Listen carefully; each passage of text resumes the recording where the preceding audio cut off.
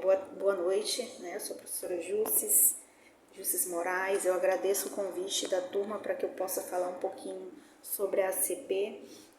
Falar da abordagem centrada na pessoa é falar um pouco do Carl Rogers, né? Que é um autor fascinante. O Rogers, ele teve uma grande influência não só para o fortalecimento da abordagem centrada na pessoa, mas para a própria psicologia, né? Então eu gosto muito de tomar como ponto de partida um texto chamado Retrospecto do livro A Pessoa como um Centro, né? Este capítulo é trazido que o Rogers, ele acaba por trazer muitas influências para o campo da educação, o campo da indústria, para o campo da própria saúde mental, que o Rogers ele vai fazer uma forte defesa para a inclusão do psicólogo no campo da saúde mental, não só a presença do psiquiatra, mas também desse profissional da psi. Ao mesmo tempo, ele vai propor uma nova forma de intervir, né, junto ao que ele chama de cliente ou pessoa. A gente não se utiliza da terminologia paciente por lembrar de passividade, por relembrar uma relação onde haja uma possível autoridade em que o terapeuta é o dono do suprasaberes e o cliente apenas um receptor, né, dessa intervenção. Então ele passa a nomear tanto cliente ou pessoa, especialmente pessoa, que é a terminologia que ele se utiliza mais na fase coletiva, né? Enfim, e nesse sentido, o Rogers ele começa a sua experiência de atendimento junto a crianças vítimas de violência. Nessa realidade, ele começa a criticar o modelo interventivo tradicional, a entrevista de anamnese tradicional. Ela era muito diretiva, ela buscava muito a causa do problema e não se direcionava a uma compreensão desse vivido. Daí ele começa a refletir sobre as posturas, né? Ele que advém da psicanálise, né? Ele foi por um bom tempo psicanalista, ele começa a criticar essa intervenção clássica na psicanálise e intervém de uma outra forma. A partir disso, o Rogers ele passa, né, a centrar-se somente na pessoa, no que é dito por ela inicialmente, intervia muito pouco nesta relação terapêutica, e mais à frente ele foi percebendo a necessidade de adotar algumas posturas que seriam facilitadoras e que compõem a intervenção a partir da abordagem centrada na pessoa, né? Que atitudes são essas? As atitudes facilitadoras a gente pode elencar 3: a empatia, a congruência e a aceitação positiva incondicional. É bem interessante a gente primeiro refletir um pouco sobre essa empatia, que para o Rogers é muito mais complexa do que o termo possa parecer, né? Porque a terminologia empatia, ela se refere a esse movimento de me colocar no lugar do outro, né? Como se eu pudesse calçar os sapatos do outro e sentir exatamente como este outro sente, como se o sapato do outro tivesse a minha forma. Contudo, todavia, né, se o outro está calçando um sapato tamanho 33 e eu calço tamanho 35, eu não posso calçar os sapatos do outro, uma vez que eu posso não me sentir confortável neste ponto de vista do outro. E daí ele se utiliza de uma outra terminologia chamada compreensão empática. Esse termo compreensão empática nos aproxima de uma tentativa de se aproximar e de se colocar no lugar do outro. É apenas uma tentativa. Mas essa tentativa é super importante para que eu possa compreender o movimento existencial do meu paciente, do meu cliente, dessa pessoa que chega ali no consultório, né? Uma autora da fenomenologia que vem se destacado muito, principalmente na realidade cearense, que é a Virginia Moreira, ela traz nas suas obras, e aí você pode pesquisar o texto de Carl Rogers a Merleau-Ponty, da Virginia Moreira, ela fala um pouco que A empatia, o exercício da empatia, é um exercício para eu me aproximar ainda mais do vivido do cliente. Né? E aqui eu coloco em prática uma atitude fenomenológica. Eu vou me direcionar totalmente frente ao vivido do outro. E quando eu penso numa atitude fenomenológica, eu penso uma atitude reflexiva frente a esses vividos e que estimule esse cliente a sair da sua postura mergulhada no cotidiano, onde ele não reflete sobre como o mundo lhe afeta e como ele afeta o mundo. E, de certa forma, a gente tem aí a empatia enquanto uma ferramenta de intervir fenomenologicamente no vivido do sujeito. Né? A outra característica, né, outra atitude facilitadora proposta por Rogers, a gente pode elencar a aceitação positiva incondicional, né, que também nos direciona a uma postura fenomenológica. A aceitação positiva incondicional, ela implica em eu ouvir e acompanhar aquilo que o outro traz sem juízos de valor, né? Abstraindo minhas crenças, meus valores, meus preconceitos e aceitando o outro exatamente como ele é e não criando expectativas em relação ao outro. E daí muita gente tem aquele preconceito de que na ACP a gente necessariamente vai intervir para que o sujeito seja bom, né? E nem sempre aquilo que o sujeito traz é aceitável pela sociedade e por mim mesmo. Pode chocar com meus valores, mas quando eu me proponho a ser psicólogo, eu me pretendo acompanhar o movimento do outro tal como ele se mostra, como ele é, né? Inclusive, o nosso próprio código de ética, ele fala da importância da gente intervir, abstraindo essas crenças, essas opiniões, as nossas convicções políticas, as nossas convicções religiosas. Né? Então, a aceitação positiva e incondicional, ela é um dos caminhos também para a gente acessar esse vivido. E uma outra atitude que o terapeuta deverá aplicar é a congruência, ou seja, o terapeuta ele precisa necessariamente ser verdadeiro, ele precisa acreditar no que ele está fazendo, ele precisa ser ele mesmo. Então, por vezes, a gente pode sinalizar algum desacordo, algo que nos incomode frente à relação terapêutica, a gente precisa ser autêntico, e esse é um requisito para o bom andamento da terapia. O Carl Rogers, ele diz... a empatia e a aceitação positiva e incondicional podem até ser difíceis de ser aplicada, mas a congruência, eu ser eu mesmo, é o requisito máximo para que eu possa intervir com maior qualidade nessa relação. E nesse sentido, eu já falei para vocês um pouco dessas atitudes facilitadoras. O Rogers ele vai dizer que elas são atitudes necessárias e suficientes para a mudança de personalidade, né? E daí ele traz algumas diretrizes, né? O meu cliente, ele necessariamente ele vai chegar incongruente, ou seja, desorganizado, sem uma coerência naquilo que ele fala, pensa e age, né? E seu autoconceito, uma discrepância entre essas instâncias. Mas o terapeuta, ele precisa estar congruente necessariamente nessa relação. O terapeuta ele não pode vir desorganizado, e daí a importância até mesmo da psicoterapia pessoal, para que a gente possa fazer um exercício de aplicação dessas atitudes facilitadoras com uma maior qualidade, né? Um outro ponto também que é importante é essa centralidade na pessoa, né? Então, essa é uma conduta fenomenológica. A gente pode dizer aí que há um atravessamento entre a fenomenologia e a própria abordagem da pessoa, centrada na pessoa. O que a fenomenologia ela diz? Que nós devemos acessar o fenômeno. E nesse sentido, o nosso cliente, ele vem enquanto fenômeno até nós, mas acima de tudo, tudo aquilo que ele traz a nível de linguagem verbal e não verbal, né?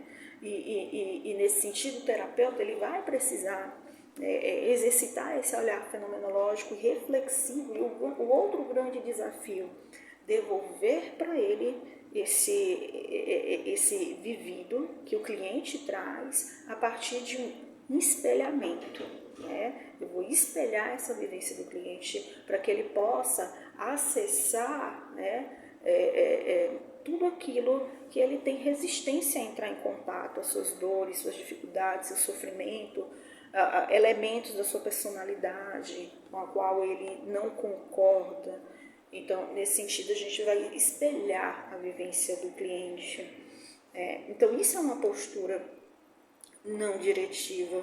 Eu vou acompanhando esses fenômenos que emergem, intervindo de tal forma que o cliente ele vá trazendo os conteúdos da sessão e eu vou acompanhando, vou devolvendo essa percepção de si, essa percepção frente a esse vivido, né? E daí a gente tem uma premissa muito importante de que se eu vou intervir na pessoa, eu vou intervir junto a essa pessoa numa totalidade, né? Compreendendo esse sujeito como um todo. O que isso implica? Né? Que o ponto de partida da psicoterapia não vai ser necessariamente o diagnóstico. O cliente, muitas vezes, ele traz o seu diagnóstico esse, que ele mesmo pode estar realizando o seu autodiagnóstico, ele pode trazer um diagnóstico feito por terceiros, ele pode pesquisar no Google, e aí ele vem com muitas expectativas para que seja lhe fornecido um diagnóstico e um direcionamento. Mas o terapeuta centrado na pessoa, ele vai considerar a pessoa como um todo, e não apenas a partir, né, do diagnóstico. Nisto, a gente tem uma mudança, né, de intervenção frente a outros modelos de psicoterapia. A gente não parte do diagnóstico, a gente parte deste vivido do sujeito numa integralidade. O que é essa visão integral? É compreender que o outro, né, ele é composto, né, por sua esfera física, psicológica, sua corporeidade, sua relação com o mundo, ele é esse todo, ele não é somente o sintoma. Nisto, inclusive, uma autora que eu gosto muito, que é a Poeman, ela fala que o objetivo da ACP é acompanhar a pessoa e não o problema. Então, essa questão do diagnóstico, inclusive, na abordagem é bastante polêmica, porque há profissionais que discordam totalmente da perspectiva de alocar o sujeito dentro de um parâmetro diagnóstico que é muito vinculado àquilo que a sociedade considera o que é normal e o que é anormal, né? Uma visão tanto adaptativa do ser humano.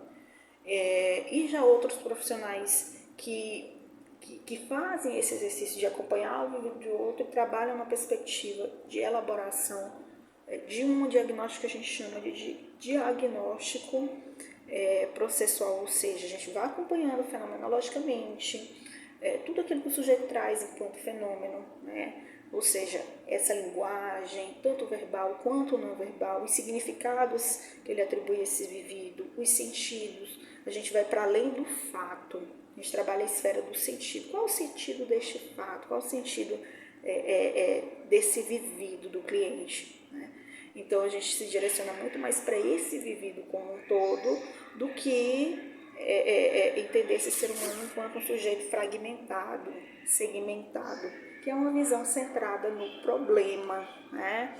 Um outro ponto também que a CP traz, que é uma frase que eu gosto bastante, né? Gostaria de dizer que não há diferença na relação que estabeleço com uma pessoa normal, um esquizofrênico, um paranoico. Eu não sinto necessariamente as diferenças, mas me parece que se a terapia é efetiva, existe mesmo o mesmo tipo de encontro de pessoas, não importando qual seja seu rótulo psiquiátrico. Então, essa é uma frase do Rogers. Ele diz, independente de quem eu acompanhasse, essa pessoa ela é enquadrada dentro de um parâmetro diagnóstico ou não. Meu objetivo é acompanhar esse sujeito, essa pessoa, dentro de uma integralidade. Né? E daí a gente vai criticar essa visão tradicional frente ao psicodiagnóstico. A gente vai fazer uma crítica, né? Uma crítica construtiva, para que a gente possa sair de uma concepção de que o diagnóstico ele necessariamente precisa ser rápido, ser dado nas primeiras, fornecido, melhor dizendo, nas primeiras sessões. A gente vai trabalhar esse diagnóstico de uma forma processual, coletando dados do vivido do cliente frente à sua percepção de si mesmo, a percepção que ele atribui ao outro, a percepção que ele atribui ao ambiente, ao campo, né, que ele está inserido. A gente sempre deve compreender esse sujeito inserido dentro de um campo, e também esse exercício de compreender que o sofrimento humano é atravessado por questões ontológicas, né, que a gente chama de existenciais. Então, essa vivência de sofrimento, essa incongruência que geralmente a maioria dos clientes trazem nas primeiras sessões, elas reverberam, né, a esfera do sentido, o sentido que o sujeito atribui ao exercício da sua escolha, ao exercício do seu livre-arbítrio, da sua liberdade, de como ele lida com a angústia, como é que ele lida com a responsabilidade frente às suas escolhas, como é que ele lida com essas relações, já que esse sujeito é um ser no mundo, né? Portanto, olhem aí o quanto que é complexo acompanhar o vivido desse cliente. Muita gente confunde a intervenção a partir da abordagem centrada na pessoa enquanto uma intervenção passiva. O Rogers ele fala que essa intervenção ela não é passiva. O tempo inteiro o terapeuta está exercitando essas atitudes facilitadoras e acompanhando o movimento do outro, os fenômenos que emergem, né? E estimulando que o cliente ele acesse os sentidos frente a tudo aquilo que ele fala e que ele se dê conta, né, dessas questões. Isso que é o mais importante, né? A gente poder se direcionar a compreender esse movimento de incongruência do nosso cliente e facilitar um processo de tal forma que ele se aproxime de uma visão mais realística de si mesmo. Ou seja, a gente pode acompanhar aqui que a incongruência é uma distância entre aquilo que a gente chama de self-ideal e o self-real. Self-ideal, ele está impregnado das expectativas sociais, ele está impregnado de uma visão idealizada do sujeito frente a si mesmo. O self-real está aqui, o autoconceito do sujeito, como ele percebe-se de uma forma mais clara, realística. Então, a terapia ela tem esse objetivo de reduzir a distância entre esse eu real e o eu ideal, reduzindo de tal forma que o sujeito ele consiga se perceber de uma forma mais realística. Do que isso se reverbera, né, na realização de escolhas mais autênticas, mais coerentes com o meu autoconceito. Então, a gente parte do princípio que é um modelo de psicoterapia totalmente ativo, né, e que vai exigir do terapeuta uma postura reflexiva, não só do vivido do cliente, mas da sua própria intervenção. E o Rogers ele traz isso como uma inovação frente a outros modelos de psicoterapia, né, que é acompanhar esse movimento do terapeuta de olhar esta relação terapêutica enquanto facilitadora. Por que é importante a terapia ser fácil, a gente adotar essas atitudes facilitadoras? Porque esse sujeito muitas vezes não consegue ser acolhido no seu ambiente familiar, pela sociedade. Então vamos imaginar aí as minorias, não, que não são muitas vezes aceitas dentro do convívio social. E a gente tem ali esse espaço onde o sujeito ele pode ser ele mesmo. Eu gosto muito de dizer para os meus alunos que o limite no consultório é a violação de direitos, ou seja, o cliente ele infringir algo, uma conduta agressiva junto ao terapeuta, né? Mas fora isso, ele tem total de liberdade de expressar tudo o que ele sente, a raiva em relação ao pai, o ódio em relação ao irmão, e eu estou ali para acompanhar esse sofrimento, essa raiva, esse despertar das emoções. E a gente também estimula que o cliente ele consiga, né, nomear essas emoções, que ele consiga se perceber frente aos esses fatos do cotidiano, né? Então, a gente trabalha uma perspectiva de avaliação diferenciada, né, frente a outras abordagens. Primeiro porque se eu adoto uma atitude fenomenológica, meu foco inicial não é o diagnóstico, então eu devo primeiro explorar né, esse mundo vivencial do cliente, a sua percepção de si, a sua percepção frente ao outro, a relação que ele estabelece consigo mesmo, ele consegue entrar em contato com suas questões, ou ele fala muito, muito mais do outro do que dele.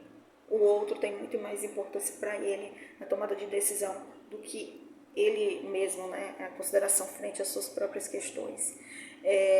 E nesse sentido, né, a gente vai entender que o comportamento ele é muito da reverberação desse autoconceito. Então a gente vai explorar, né, essa percepção, esse autoconceito, né, e também explorar essas relações. Como é que esse sujeito ele se posiciona, como ele se coloca.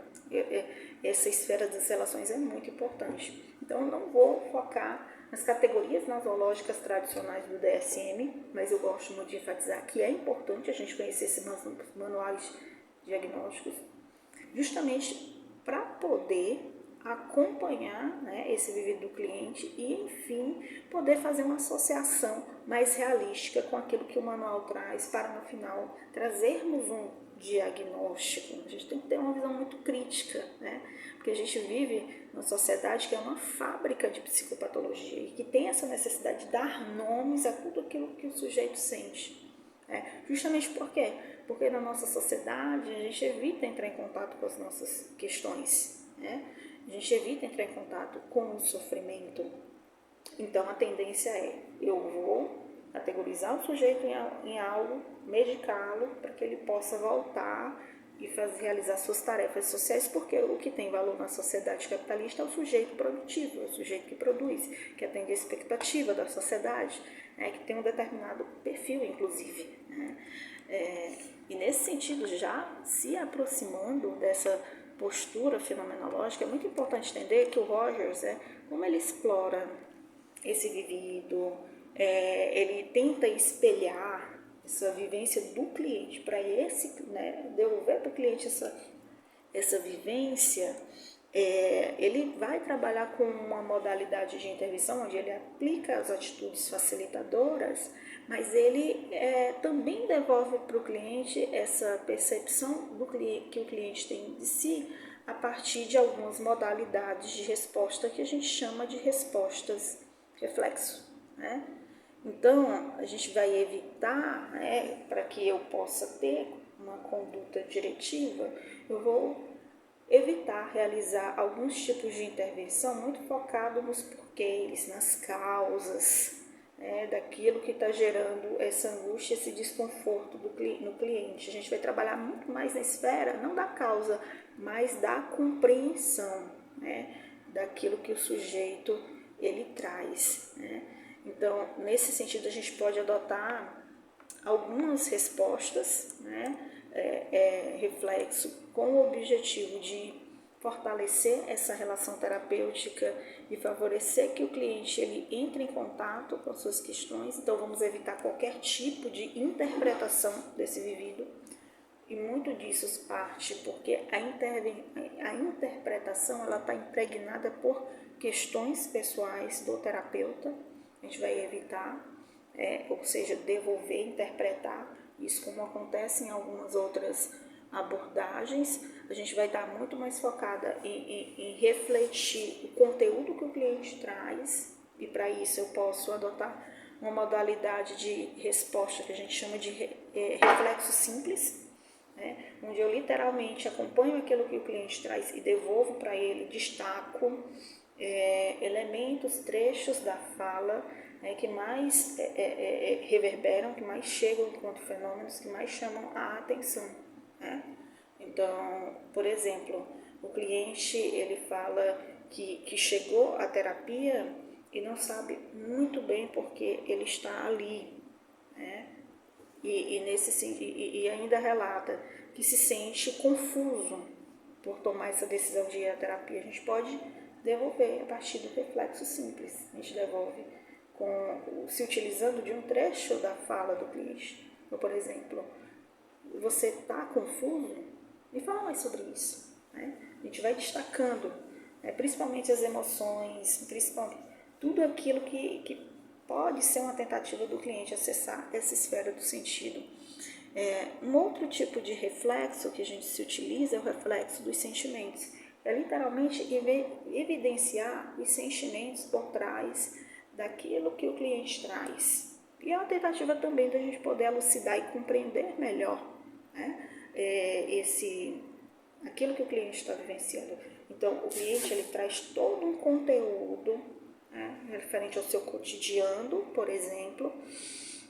Então, Ana, ela chega até o consultório e relata que está um pouco confusa em relação à escolha profissional, que isso lhe gera angústia, que isso vem atrapalhando o seu padrão de sono, o seu padrão de alimentação. Então, a gente vai evidenciar o sentimento por trás da fala de Ana. Então, eu posso devolver dizendo: Ana, me parece que você realmente está muito confusa em relação à sua escolha profissional e isso vem te afetado no teu cotidiano.